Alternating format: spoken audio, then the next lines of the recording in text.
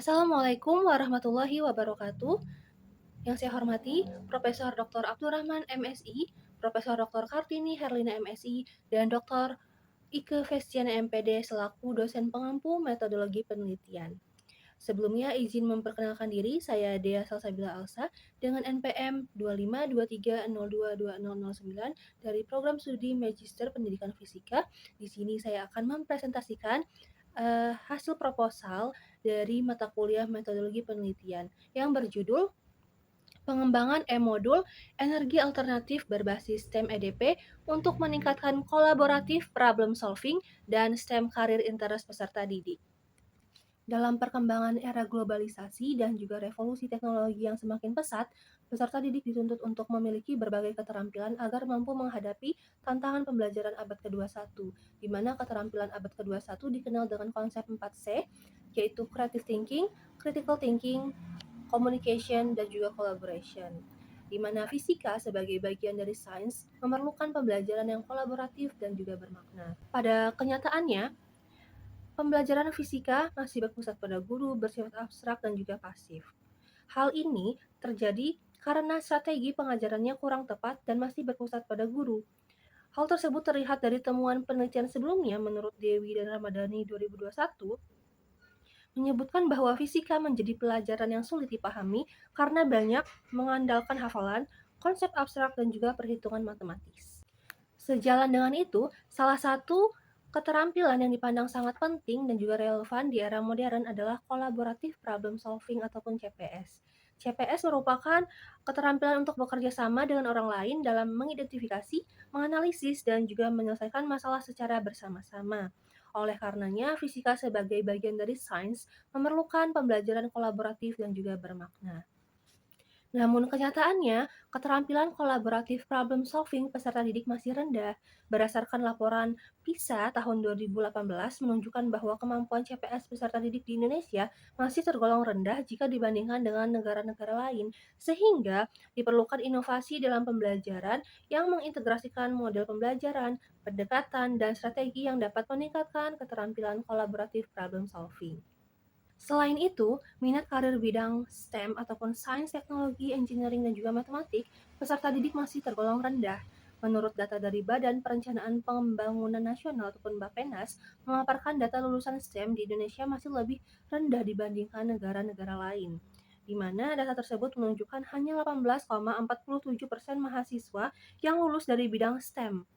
Jumlah ini berbeda dengan Malaysia yang mencapai 37,19%, Singapura dengan 34,30%, dan India dengan 31,41%. Selain itu juga belum tersedia modul ajar yang melatihkan kolaboratif problem solving dan juga minat karir bidang STEM peserta didik secara sistematis. PJBL STEM merupakan pembelajaran berbasis proyek, terintegrasi sains, teknologi, engineering, dan juga matematik yang mengacu pada kegiatan peserta didik dalam merancang, merencanakan, dan melaksanakan proyek yang menghasilkan output berupa produk, publikasi, dan juga presentasi.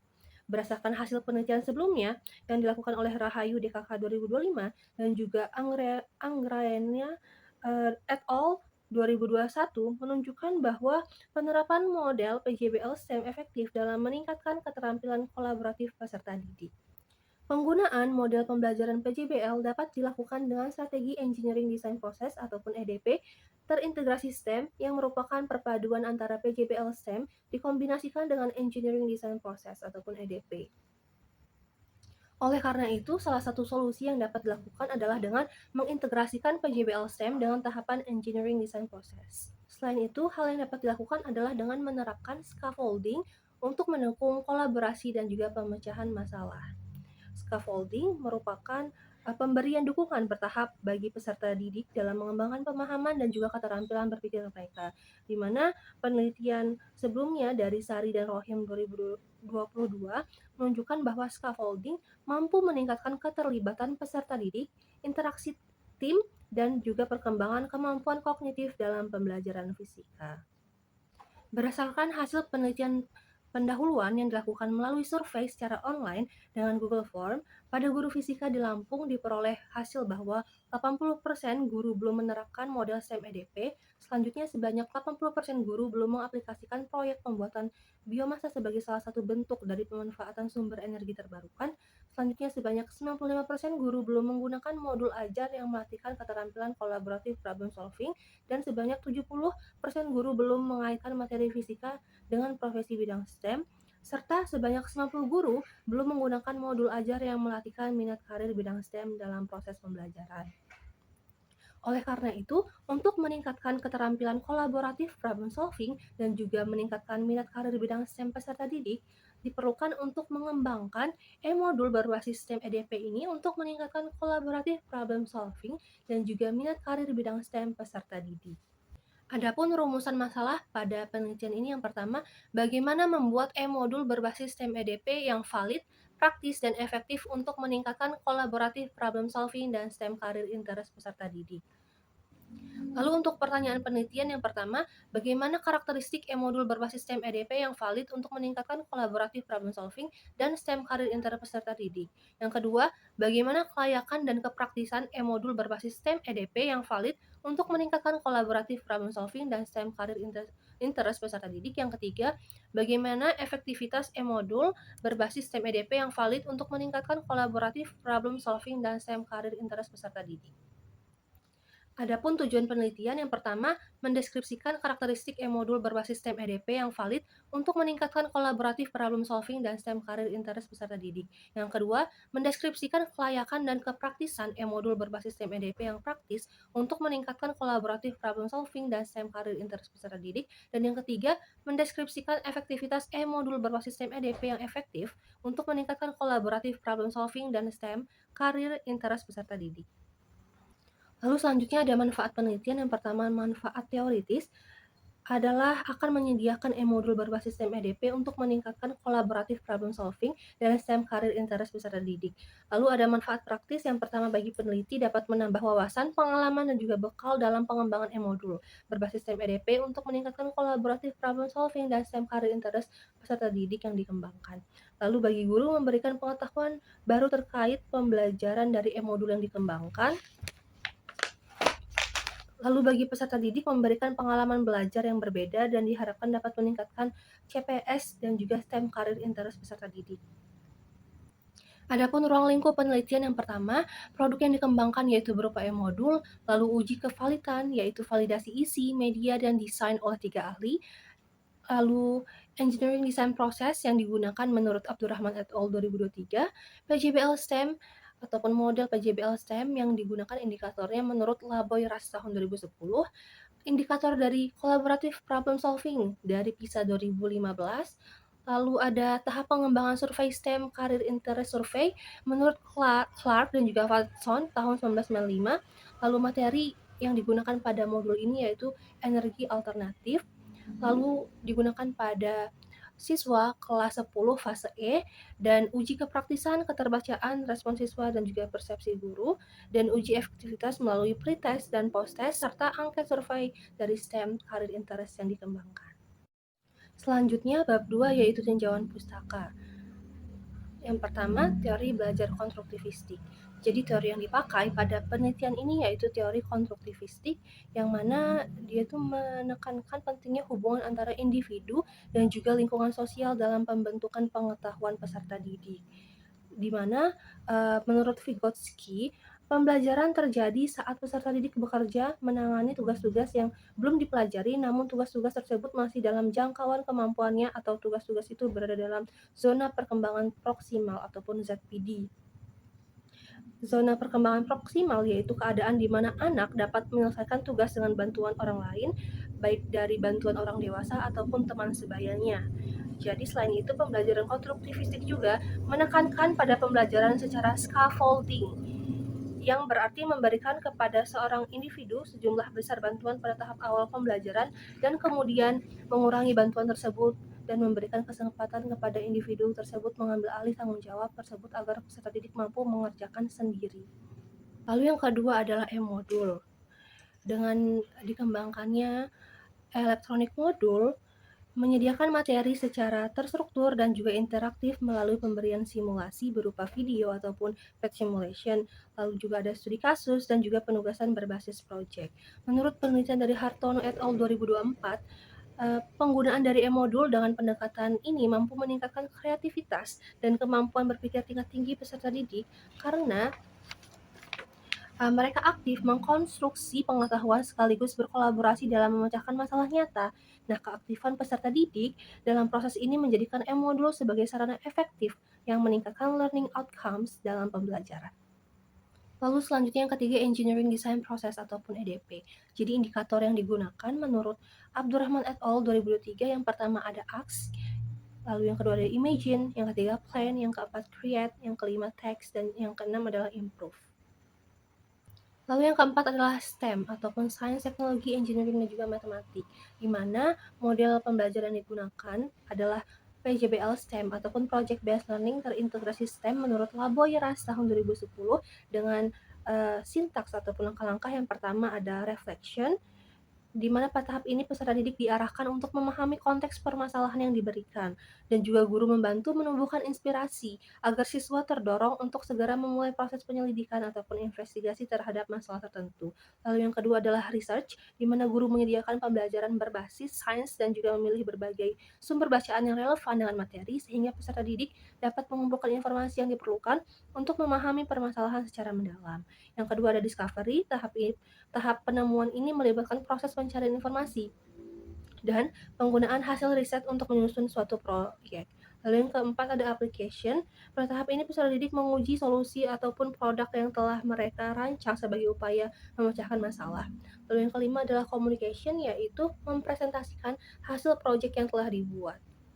Lalu yang kelima ada collaborative problem solving, di mana indikator CPS ataupun collaborative problem solving yang digunakan menurut PISA tahun 2015.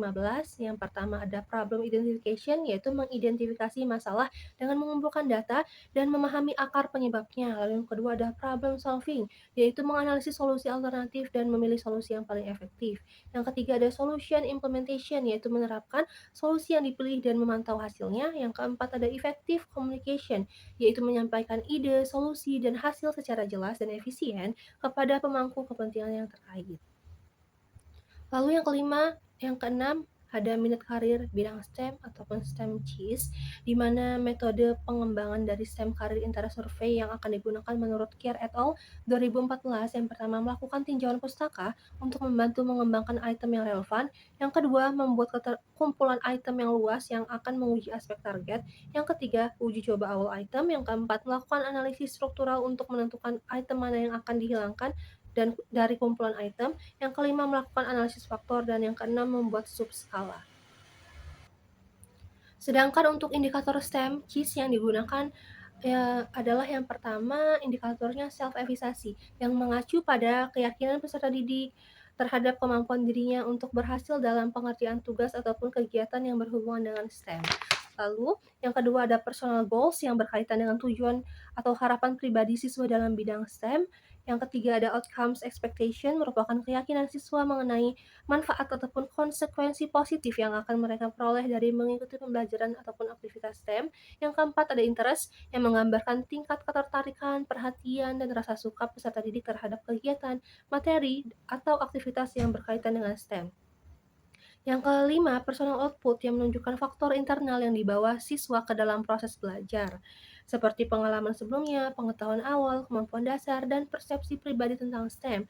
Yang keenam ada contextual support and barrier, di mana berkaitan dengan faktor eksternal yang mempengaruhi minat dan partisipasi siswa dalam STEM seperti dukungan orang tua, guru, lingkungan sekolah, fasilitas belajar, serta hambatan seperti keterbatasan akses, kurang sarana, ataupun minimnya bimbingan.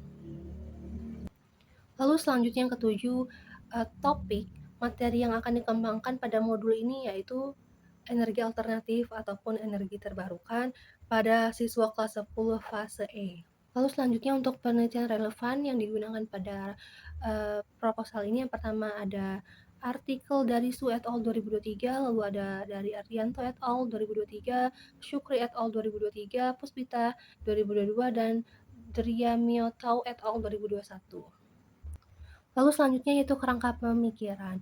Jadi terdapat beberapa masalah seperti yang pertama terdapat 80% guru belum menerapkan model STEM EDP, yang kedua terdapat 95% guru belum menggunakan modul ajar yang melatihkan keterampilan CPS, yang ketiga terdapat 90% guru belum menggunakan modul yang melatihkan minat karir bidang STEM, yang keempat terdapat 80% guru belum mengaplikasikan proyek pembuatan biomasa sebagai bentuk dari pemanfaatan sumber energi terbarukan, yang keempat, minat karir bidang STEM peserta didik masih rendah.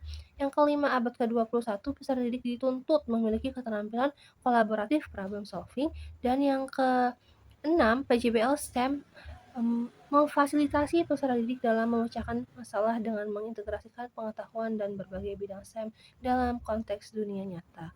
Oleh karena itu, berdasarkan beberapa permasalahan, dibutuhkan e-modul berbasis STEM EDP untuk meningkatkan kolaboratif problem solving dan minat karir bidang STEM. Lalu selanjutnya adapun teori belajar yang digunakan pada e-modul ini yaitu teori belajar konstruktivisme dari Vygotsky.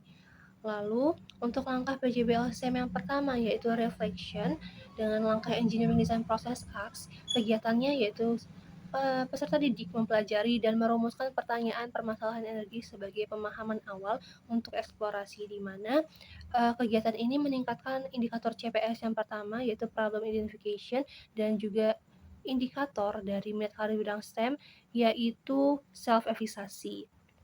Lalu selanjutnya pada sintaks PJBL STEM yang kedua itu research dengan langkah EDP Imagine dengan kegiatan melakukan eksplorasi tentang permasalahan energi terhadap berbagai sumber informasi yang beragam dapat meningkatkan indikator CPS yaitu problem solving dan minat karir bidang STEM-nya yaitu interest. Lalu pada sintaks yang ketiga yaitu discovery dengan langkah EDP plan dengan kegiatan di mana peserta didiknya merumuskan berbagai solusi inovatif untuk menyelesaikan permasalahan energi berdasarkan dari hasil eksplorasi dari berbagai sumber baik internet, buku ataupun simulasi PET, di mana akan meningkatkan indikator CPS siswa pada indikator solution implementation dan indikator minat karir bidang STEM yaitu personal goals. Lalu pada sintaks yang keempat yaitu application dengan langkah EDP create dengan kegiatan menentukan, membuat, dan menguji coba solusi inovatif yang dipilih dalam menyelesaikan permasalahan dapat meningkatkan solution implementation dan juga minat karir bidang STEM yaitu outcome expectation. Dan untuk application dengan EDP-nya test dengan kegiatan yang sama yaitu menentukan, membuat, dan juga menguji coba solusi dapat meningkatkan solution implementation outcomes expectation juga. Lalu untuk syntax communication dengan langkah EDP improve dengan kegiatan mengkomunikasikan hasil uji coba solusi inovatif dan melakukan evaluasi dapat meningkatkan indikator CPS efektif communication dan juga indikator STEM karir yaitu contextual support and barrier, di mana pada langkah kegiatan tersebut mampu meningkatkan keterampilan kolaboratif problem solving dan minat karir di bidang STEM peserta didik. Lalu selanjutnya itu desain penelitian. Yang digunakan yaitu Research and Development ataupun R&D dengan desain sequential embedded dan metode mixed method. Adapun gambar dari desain embedded eksperimental yaitu qual before intervention, lalu ada quant pretest, lalu di tengah ada intervention yaitu qualitative process, lalu dilakukan quant post test dan diakhiri dengan outputnya berupa qual after intervention dan interpretation based on the result. Lalu selanjutnya adalah alur penelitian. Jadi pada tahap qual data before getting intervention, yaitu melakukan studi pendahuluan berupa angket dan juga wawancara. Lalu yang kedua menyusun dan validasi instrumen penilaian. Yang ketiga menyusun dan validasi e-modul menggunakan DDR, Design Development Research. Output yang dihasilkan yaitu hasil analisis angket dari 30 guru fisika dan juga wawancara 5 guru fisika. Lalu ada instrumen penelitian itu berupa soal tes CPS, angket STEM, CIS, lalu ada angket validitas, dan juga kepraktisan. Dan juga dihasilkan e-modul yang valid. Lalu setelah itu intervention berupa penelitian eksperimen dengan desain kuantitatif non-equivalent pretest, post-test control group, dengan pada tahap quant pretest output yang dihasilkan yaitu kuantitatif berupa nilai pretest dan juga post. Lalu pada tahap intervention, yaitu qualitative process, qual data after getting intervention, di mana menjaring respon peserta didik tentang e-modul berbasis STEM EDP untuk meningkatkan CPS, dan juga STEM career interest menggunakan angket dan juga pedoman wawancara, yang di mana yang dihasilkan itu output kualitatif, yaitu hasil analisis jawaban angket dan juga hasil wawancara mendalam. Lalu pada tahap quant post test, output kualitatif yang dihasilkan yaitu hasil pengamatan proses pembelajaran berupa lembar observasi. Lalu setelah itu, dilakukan interpretation based on the result of kualitatif data, di mana menganalisis data kuantitatif dan juga kualitatif. Kuantnya lebih besar dan kualnya lebih kecil. Output kualitatif berupa e-modul yang valid, praktis dan juga efektif. Lalu ada berdasarkan dari proses tersebut maka akan dihasilkan peningkatan dari indikator kolaboratif, problem solving yaitu CPS dan juga STEM career interest peserta didik. Selanjutnya, instrumen penelitian. Jadi data dikumpulkan melalui penggunaan alat penelitian yang terdiri dari instrumen-instrumen berikut. Yang pertama ada angket analisis kebutuhan dan juga skala Likert dari uji validitas dan juga uji kepraktisan. Lalu ada teknik analisis data, di mana teknik analisis data adalah tahap pengembangan berupa analisis data validasi rancangan produk dan juga analisis data uji coba terbatas, di mana ujinya ada data validitas, data kepraktisan, uji efektivitas, uji normalitas, uji beda rata, ujian POVA dan efek size, serta endgain untuk melihat peningkatan. Demikian presentasi dari saya. Mohon maaf apabila terdapat salah kata. Saya akhiri. Wassalamualaikum warahmatullahi wabarakatuh. Terima kasih.